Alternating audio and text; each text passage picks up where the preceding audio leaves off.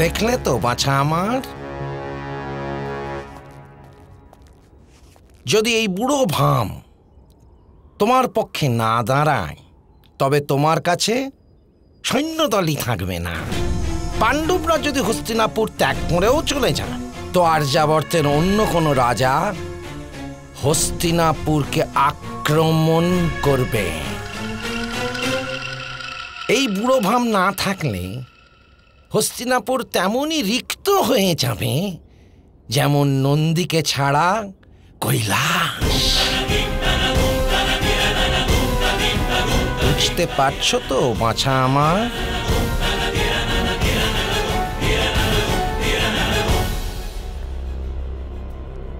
মহারাজকে গিয়ে বলো মহামহিম ভীষ্মের কাছে ক্ষমা চেয়ে নেওয়াটাই যথার্থ হবে।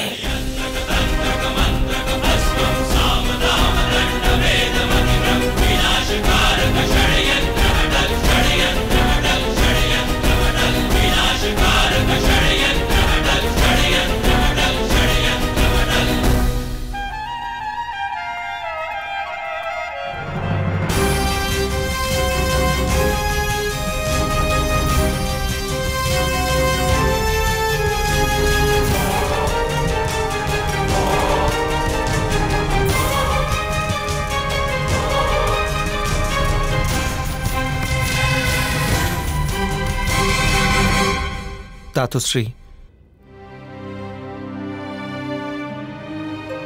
মহামন্ত্রী,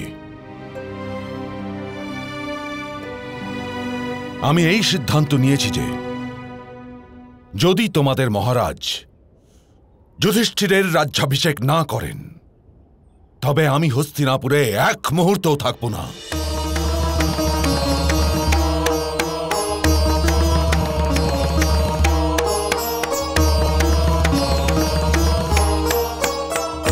পিতামহ, আপনি আপনার ক্রোধকে শান্ত করুন।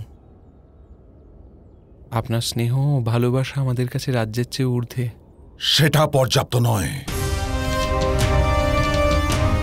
এই ভূমিতে সর্বদা ধর্ম পালন করা হয়েছে, আজও তাই হবে।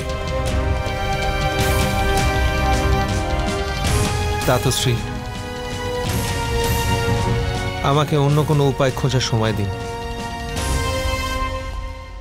আপনার অন্য পথ খোঁজার আর কোনো প্রয়োজনই নেই মহামন্ত্রী।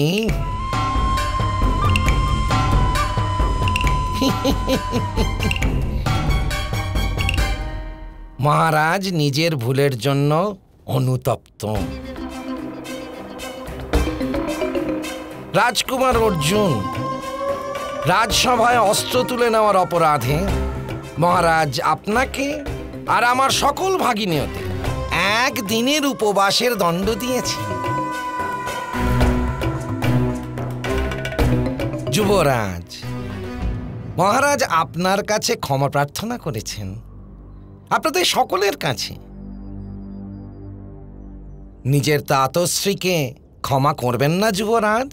তাতশ্রীকে ক্ষমা করার অধিকার আমাদের নেই গান্ধার রাজ। উনি আমাদের ক্ষমা করে দিয়েছেন, আমরা তার জন্য কৃতজ্ঞ।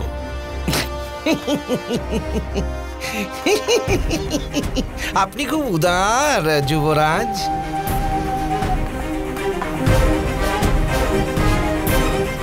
মহামহিম, মহারাজ আপনার চরণ স্পর্শ করে আপনার কাছে ক্ষমা প্রার্থনা করতে চান।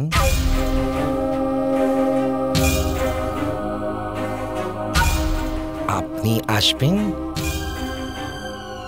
কৃপা করুন মহামহিম।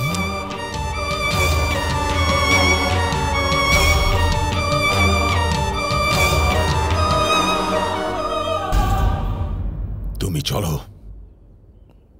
আমি আসছি। অশেষ কৃপা আপনার।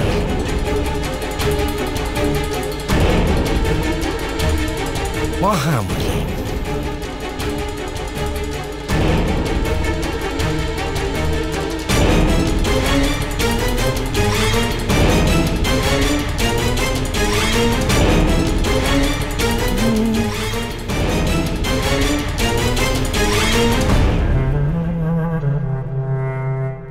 তুমি যথার্থই বলেছিলে বিদুর, যে তেল আর জল একই পাত্রে রাখা সম্ভব হয় না। আমারও তাই এখন মনে হচ্ছে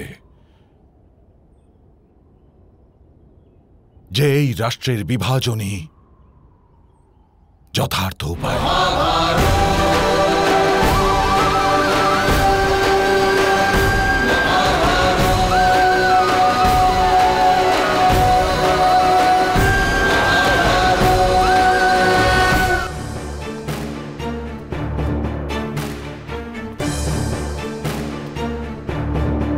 পূর্বজদের এই রাজ্যের বিভাজন করে না আপনি খুশি হবেন না আমরা।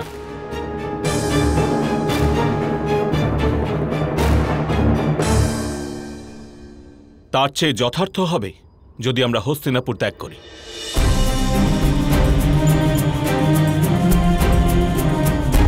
পুত্র যুধিষ্ঠির, হস্তিনাপুর ত্যাগ তুমি করবে, কিন্তু রাজার মতন যাবে তুমি, তপস্বীর বেশে নয়।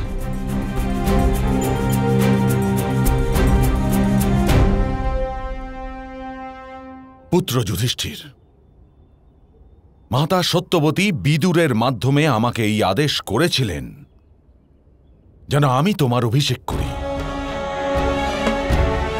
সমগ্র কুরু রাষ্ট্র তো আমি তোমায় দিতে পারলাম না, কিন্তু অর্ধেক রাজত্ব দিয়ে কিছুটা হলেও সন্তোষ বোধ করছি।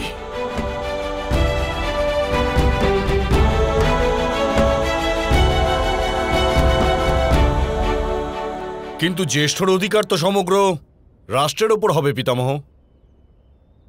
আপনি যদি আদেশ দেন তাতশ্রীকে জ্যেষ্ঠর রাজ্যাভিষেক করতেই হবে। তবে বিভাজন কিসের? পুত্র ভীম, বৃক্ষের ছায়ায় বসে থাকা ব্যক্তিকে কৃষ্ণবর্ণ দেখায়। বৃক্ষের ছায়া সেই ব্যক্তির গৌর বর্ণকে মলিন করে দেয়। তোমরা এখানে ধৃতরাষ্ট্রের পুত্রদের সান্নিধ্যে যদি থাকো, তোমাদের ধর্ম মলিন হয়ে যাবে।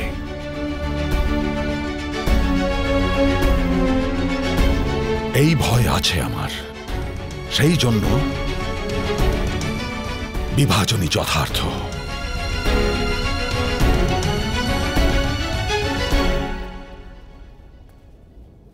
আমরা নিজেদের ধর্ম জানি পিতামহ, কিন্তু আপনি পথ প্রদর্শন না করলে আমরা আমাদের কর্ম কিভাবে স্থির করব?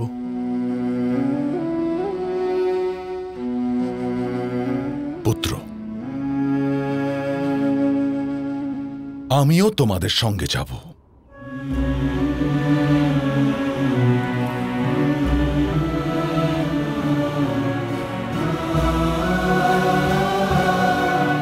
আমি আমার পিতাকে কথা দিয়েছিলাম যে আমি আজীবন তার সিংহাসনের রক্ষণ করব। তার সিংহাসন সেখানেই থাকবে যেখানে ধর্মের বাস, অর্থাৎ যুধিষ্ঠিরের রাজত্বে।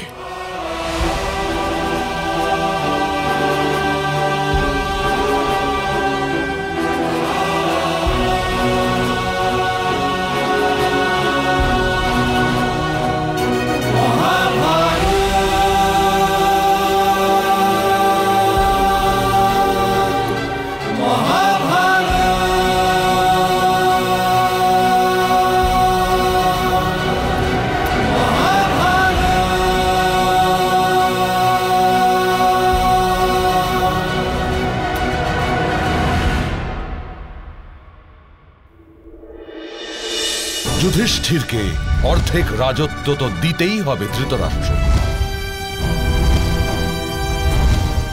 না, এ তো তখন হবে তাতশ্রী যদি সমৃদ্ধি সে নিয়ে যায়, কিন্তু শক্তি থাকে আমার কাছে। স্পষ্ট করে বলো ধৃতরাষ্ট্র, ইচ্ছাটা কি তোমার? ইচ্ছা কেবল এইটুকুই তাতশ্রী, যে আপনি আমাকে কথা দিন যে কোনো স্থিতিতেই আপনি আর আমার পুত্রদের পক্ষ কখনো ত্যাগ করবেন না।